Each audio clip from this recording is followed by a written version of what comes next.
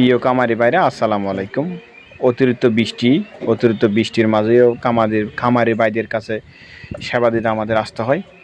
তা আপনারা যে দেখতে পাচ্ছেন এটা আমাদের নাইট্রোজেন ক্যান।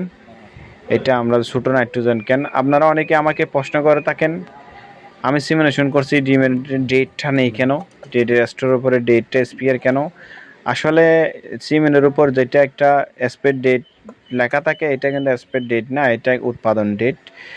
এটা নাইট্রোজেন যদি এই যে ধোঁয়াটা দেখতে পাচ্ছেন, এটা যদি ধোঁয়াটা যদি ঠিক থাকে অবশ্যই সিমিনেশনটা ঠিক থাকবে, সিমেন্টটা ঠিক থাকবে। তো অনেকে আমাকে এই প্রশ্নটা করে থাকেন, অনেকে জানতে চেয়েছিলেন এই বিষয়ে। তো আপনারা খেয়াল রাখবেন, যদি এই নাইট্রোজেন ক্যান থেকে যদি ধোঁয়া যদি বের হয়, এটা ইনশাআল্লাহ সিমেন্টটা ঠিক থাকবে।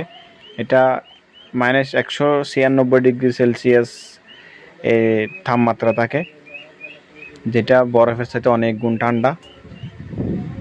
ওকে, ধন্যবাদ।